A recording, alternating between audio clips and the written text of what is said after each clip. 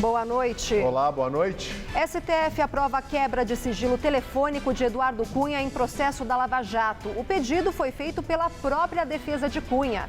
E Cunha é alvo de nova denúncia no Supremo, envolvido em esquema de corrupção na Caixa Econômica Federal. Polícia Federal realiza busca e apreensão nas casas dos empresários Joesley Batista, da Friboi, e Henrique Constantino, da Gol. Carlinhos Cachoeira e o empreiteiro Fernando Cavendish se tornam réus por desvio de centenas de milhões em obras públicas. E você acompanha essas e outras notícias daqui a 1 minuto, após um rápido intervalo. Tudo anda cada vez mais rápido. O tempo, as pessoas, as tecnologias. No coração de todas essas transformações, existe um caminho que pode mudar a sua vida. Pós-graduação Casper Libero. 4 cursos que vão acelerar a sua carreira, atualizar os seus conhecimentos e fazer você ser notado no meio de tanto movimento. Pós-graduação Casper Libero. Paixão por comunicação. Um atleta não chega muito longe sem um bom treinador. É ele que me anima quando eu estou cansada e me faz acreditar quando eu penso em desistir. Mas é preciso aproveitar cada minuto do treino, com respeito e atenção. Afinal, é ele que me ensina tudo o que eu preciso. Não é à toa que a gente chama o treinador de professor. E na sua escola não é diferente. Respeite seus professores. São eles que irão ajudar a fazer de você um campeão na vida. Ministério da Educação, Governo Federal. Ordem e progresso. São Paulo possui mais restaurantes do que Paris e Londres. Existem em torno de 15 mil na cidade, com destaque para as pizzas e os sushis. São 6 mil pizzarias espalhadas por São Paulo e uma média de 17 mil sushis produzidos por hora. Sincero, engraçado, inteligente, lindo. Um dos melhores apresentadores de todos os tempos. Cara, eu acho que você tá me bajulando só porque a gente trabalha na mesma emissora. Questionador, honesto, corajoso. Tá bom, então? A Semana com Ronald Rios. Toda sexta, 10h30 da noite. Oferecimento Faculdade Casper Libero. Formando os melhores profissionais da comunicação.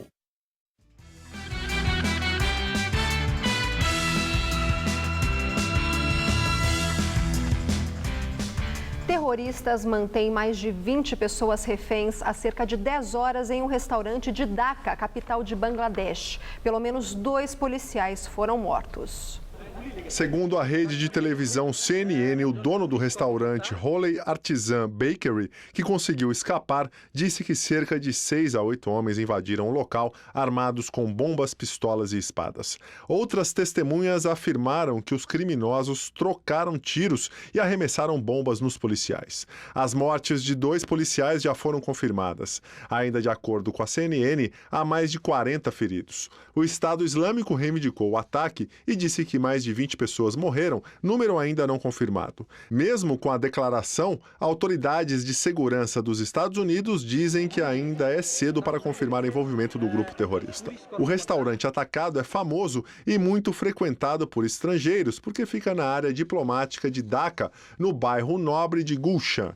A região abriga muitos bares, restaurantes e hotéis, e também a embaixada norte-americana. O atentado acontece durante o Ramadã, mês sagrado para os muçulmanos, período em que os fiéis guardam jejum durante o dia e se alimentam depois do pôr do sol. O ataque começou justamente no início da noite, quando os restaurantes estavam cheios.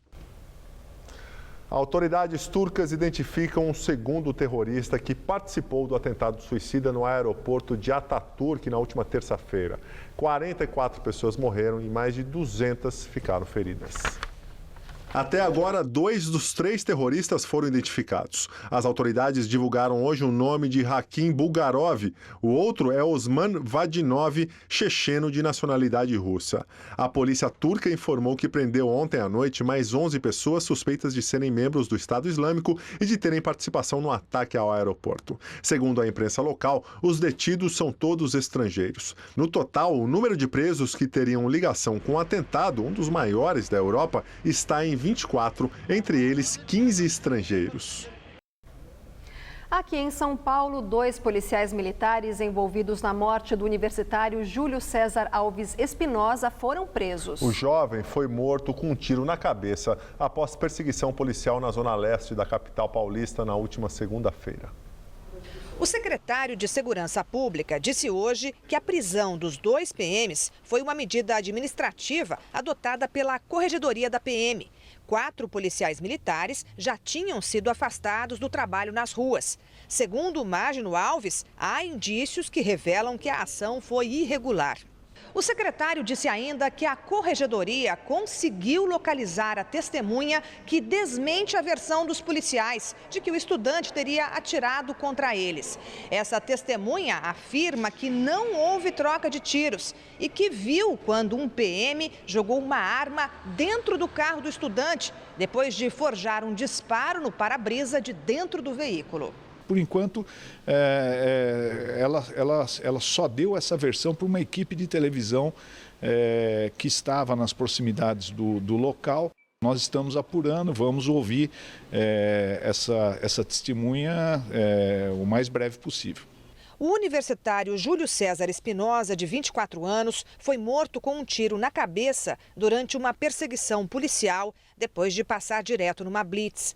O carro dele foi atingido por 16 tiros, disparados por 10 PMs e 4 guardas civis de São Caetano do Sul, que participavam da ocorrência. Os pais de Júlio César disseram que ele fugiu porque o documento do carro não estava em dia e com multas não quitadas. No momento em que foi morto, o jovem voltava de um buffet onde trabalhava como garçom. Ex-modelo e atriz Luísa Brunet denuncia o ex-companheiro, o empresário Lírio Parisotto, por agressão. Segundo Luísa, o caso aconteceu no dia 21 de maio em Nova York. Ela relata que após jantar com amigos, Lírio Parisotto a agrediu com um soco no rosto e chutes que quebraram 4 costelas. Após as agressões, Luísa Brunet voltou ao Brasil e se separou de Lírio, com quem tinha uma união estável havia 3 anos. Luísa Brunet fez uma denúncia ao Ministério Público Paulista e, segundo o órgão, o caso corre em segredo. Parisotto usou a internet para falar sobre a acusação. No Instagram, ele publicou um texto no qual acusa a ex de ter iniciado as agressões. O empresário escreveu ainda que respeita as mulheres e que o caso será esclarecido na Justiça. E segundo o Ministério Público de São Paulo, o empresário Lírio Parisotto está proibido de se aproximar ou manter qualquer contato de qualquer tipo com Luísa Brunet. Em maio, uma adutora da Sabesp se rompeu no bairro de Pinheiros. A água inundou a garagem de um prédio e cobriu vários carros. E essa semana o problema se repetiu, só que na Zona Leste. Nós voltamos a esses bairros para saber como está a situação dos moradores e comerciantes que foram prejudicados. Mais de um mês se passou e as marcas de onde a água chegou continuam nas paredes deste prédio em Pinheiros. Seu Antônio foi uma das 11 pessoas que tiveram perda total do veículo, que ficou submerso após o rompimento de um duto da Sabesp no dia 25 de maio. Ele acionou o seguro por conta própria e diz que ainda não foi procurado pela empresa. A Sabesp não falou nada para mim até hoje. E só a minha seguradora que me reembolsou. Outros moradores também aguardam as indenizações. Gregório está usando um carro alugado e o valor vem sendo ressarcido pela companhia. Aluguei o carro, mais ou menos uma semana depois, me deram um cheque do valor total da locação. Já me pediram os documentos, me parece que dentro de 10 a 15 dias vão liberar o valor FIP do veículo que tinha. O síndico já fez uma lista do que foi perdido. Uma das bombas de água e o portão eletrônico já foram trocados. Segundo o síndico, o prejuízo total estimado aqui do prédio é de R$200 mil, mas todos esses reparos parciais e emergenciais foram feitos com o fundo de reserva aqui do edifício. Hoje, o maior problema continua sendo com os elevadores. Eles continuam interditados aqui na garagem e só funcionam do térreo até o 11º andar.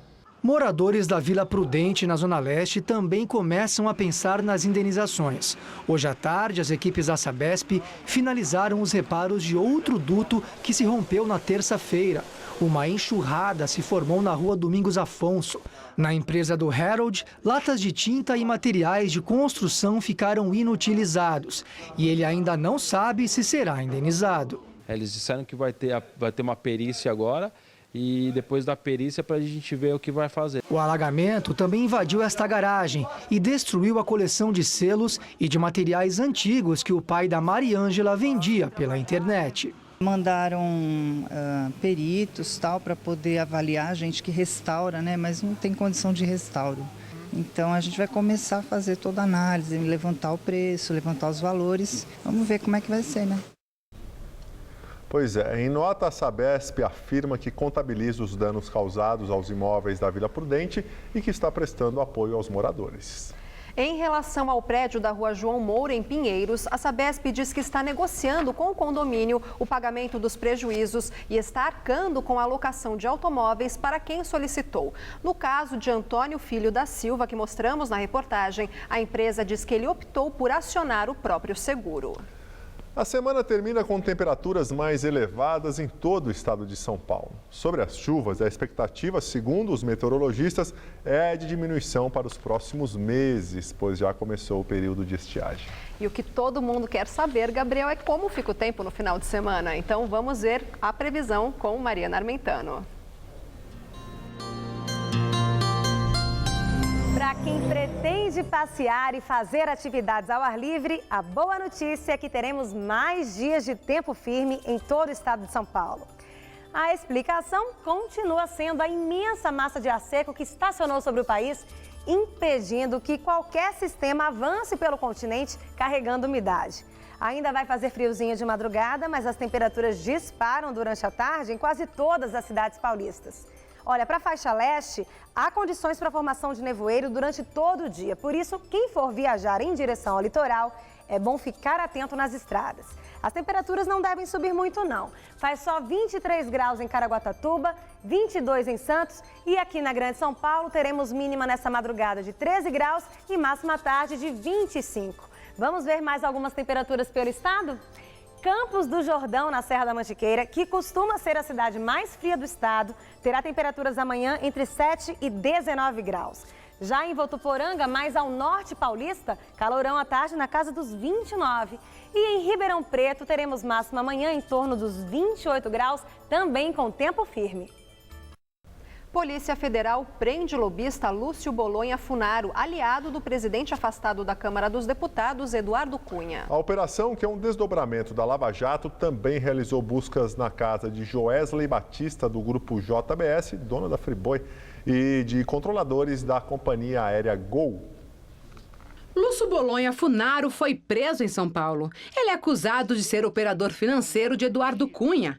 De acordo com o Ministério Público Federal, o lobista tem longa e íntima relação com o presidente afastado da Câmara dos Deputados. E há fortes evidências de que Cunha utiliza os serviços de Funaro para lavar e ocultar valores ilícitos provenientes do esquema de corrupção.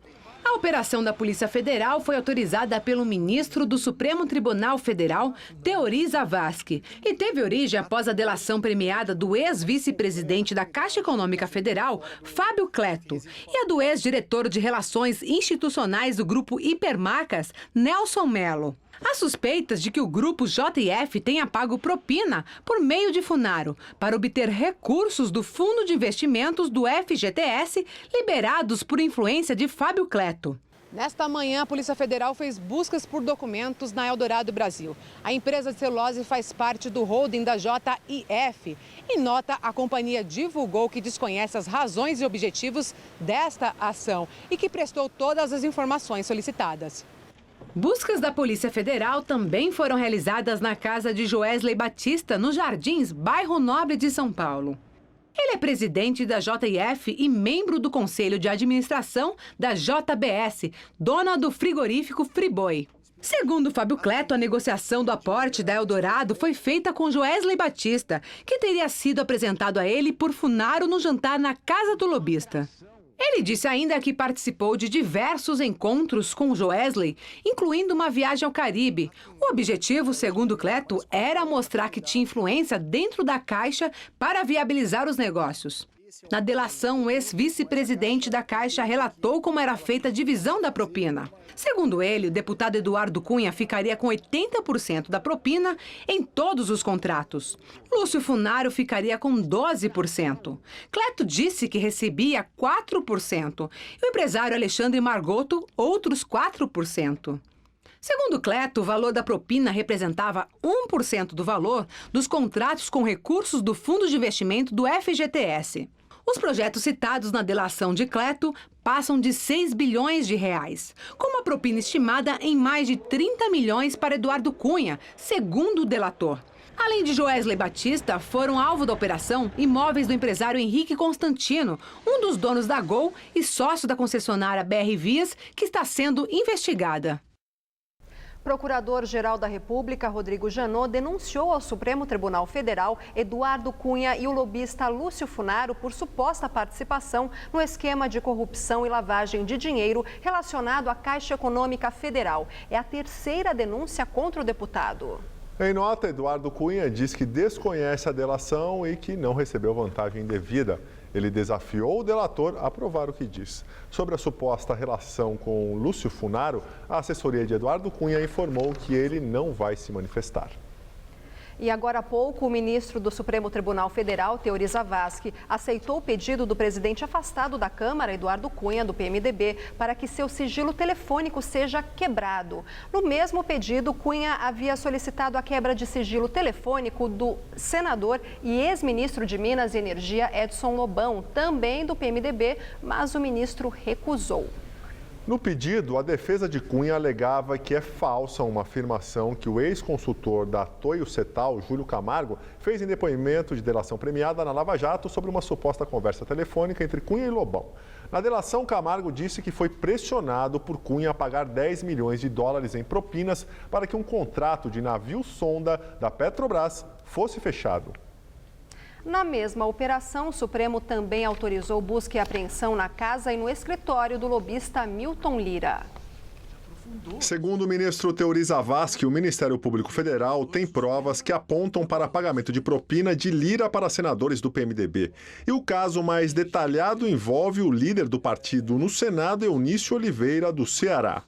A base para a busca e apreensão foi a delação premiada de Nelson Mello, ex-diretor de Relações Institucionais do Grupo Hipermarcas, e do senador cassado Delcídio do Amaral.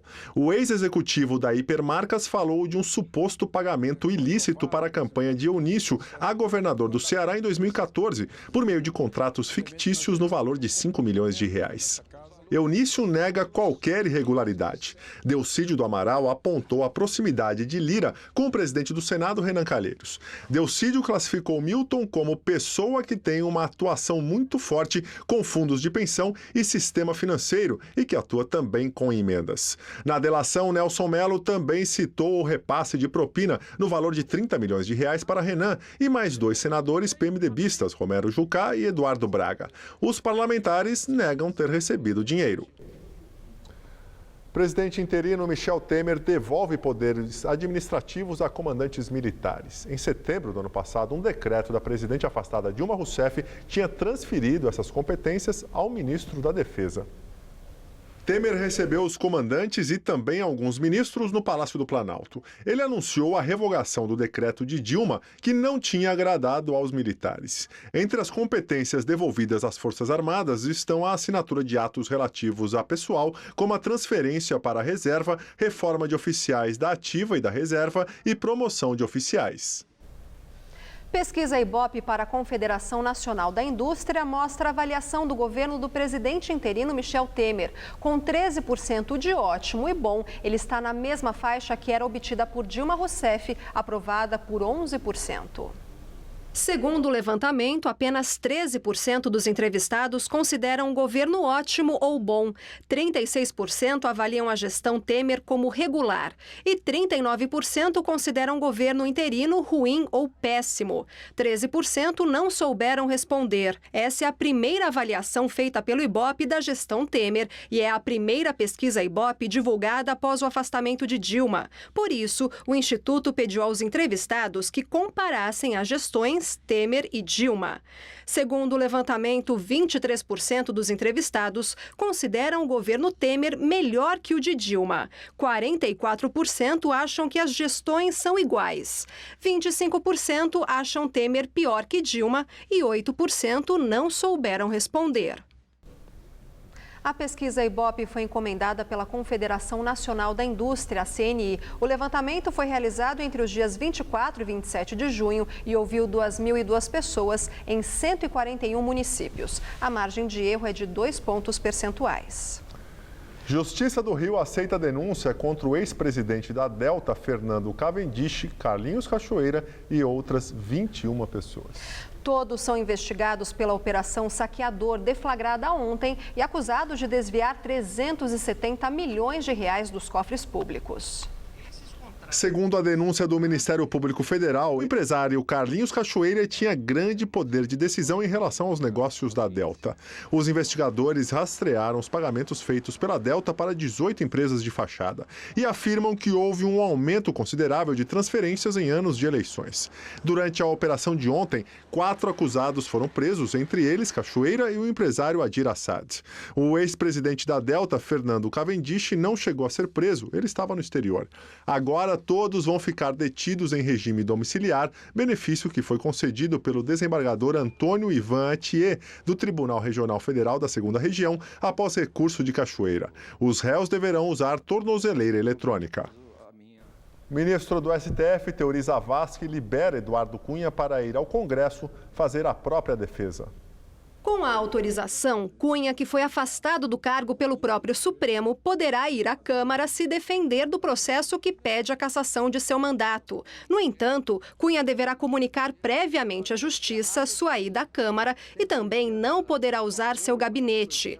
Cunha responde a um processo na casa por quebra de decoro por ter mentido à CPI da Petrobras sobre a existência de contas na Suíça.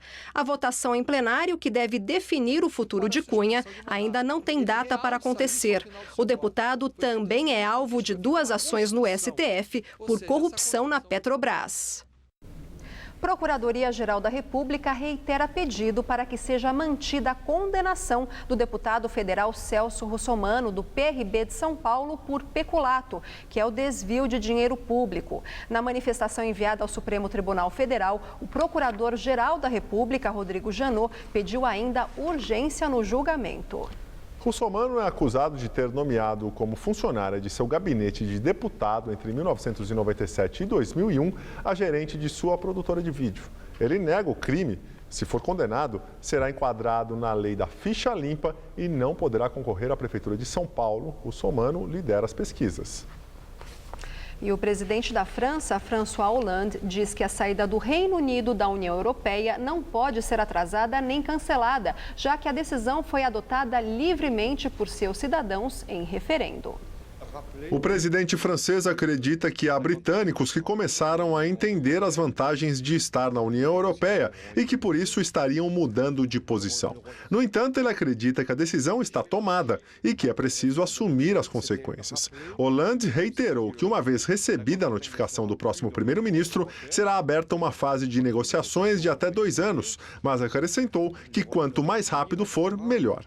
Hollande se reuniu com o primeiro-ministro britânico David Cameron durante as comemorações do centenário da Batalha do Somme, na qual franceses e britânicos combateram juntos contra as tropas alemãs. A batalha é considerada o confronto mais sangrento da Primeira Guerra Mundial.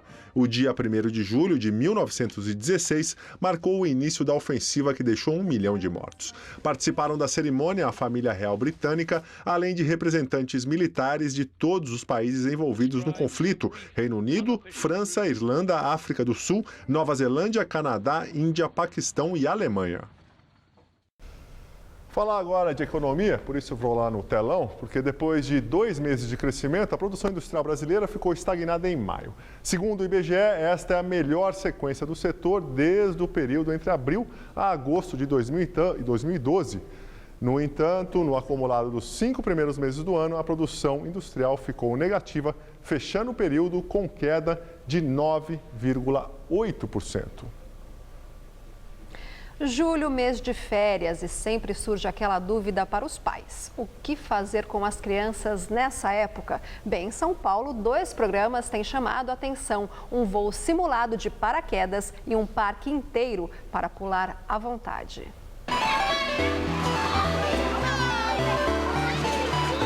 Faça chuva ou faça sol, esta piscina está sempre lotada. É muito legal, porque a gente pode pular, a gente pode ter cambalhota que não machuca. E olha que tem criança que leva a sério, viu? Dá pra fazer vários tipos de ginástica, tipo artística, olímpica, rítmica. Esse grupo aí, de um colégio particular, se reuniu para comemorar uma festa de aniversário no local. São 500 metros quadrados de trampolins de todo tipo, que fazem a garotada pular sem parar. Elas queimam energia até, estão se divertindo. Estavam super ansiosos para vir, tá muito legal. Tem também parkour nas paredes de espuma e basquete na cama elástica. Você consegue subir ali, você fica mais próximo da rede. E aí é mais fácil acertar. É. E que tal uma partida de queimada, só que saltando? Você tem que pular para escapar da bola e na queimada normal você só corre. Então é bem mais divertido e bem mais difícil. Então para mim é um desafio. O americano Caleb trouxe a ideia dos Estados Unidos, onde esse tipo de parque indoor faz muito sucesso. O ingresso mais barato custa R$ 39,00, 1 hora de brincadeira. Eu achei muito boa a ideia de trazer aqui, onde não tinha, trazer para o povo brasileiro curtir também. Nesta época, muitos pais costumam tirar férias junto com os filhos, justamente para poder acompanhá-los nas atividades. E nesta daqui é necessário também uma certa dose de coragem, tanto por parte dos pequenos quanto dos marmanjos. É uma torre que simula um voo de paraquedas. A experiência na estrutura de vidro de 12 metros dura em média 2 minutos e custa R$ 250,00 por pessoa. O projeto foi ideia do Fábio, paraquedista há 23 anos. Um salto de paraquedas tem mais ou menos entre 50 segundos e 1 minuto. Aqui a gente brinca que a queda livre é eterna.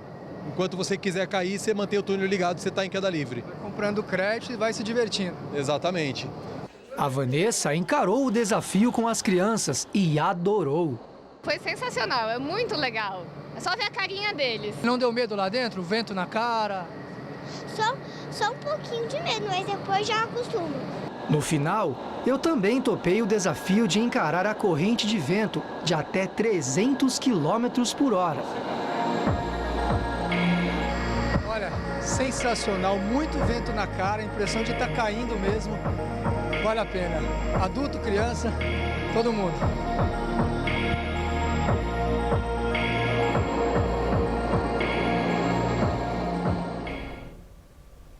Bem, nós ficamos por aqui. A edição de hoje pode ser vista no site do Jornal da Gazeta. Um ótimo fim de semana para você. Para você também, Gabriel. Para você também, Lu. Muito obrigado pela companhia. Um ótimo final de semana, uma boa noite. Aproveite bem. A gente se vê na segunda e fica agora com a semana com Ronald Rios.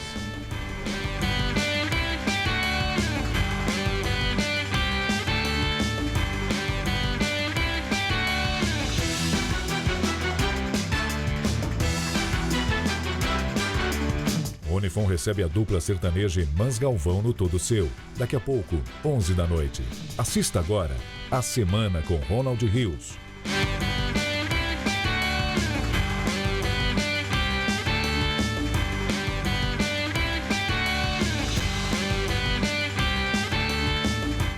Jornal da Gazeta, edição